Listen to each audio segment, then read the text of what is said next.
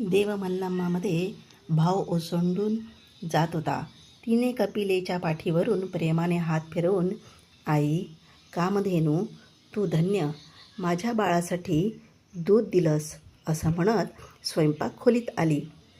पाहते तर तव्यावरची भाकरी जळून गेली होती. तवा खाली उतरून दूध तापवून सिद्धाला हाक मारली. कुठेच त्याचा पत्ता नाही. सगळीकडे शोधून मागच्या अंगणात येऊन, सिद्धा, उत्तर नाही. बाळा लवकर ये, दूध देते. खुदखुद हसणं ऐकलं. पाहिलं तर सिद्ध हसत झाडावर बसला होता. ये बाळा. येतो आई.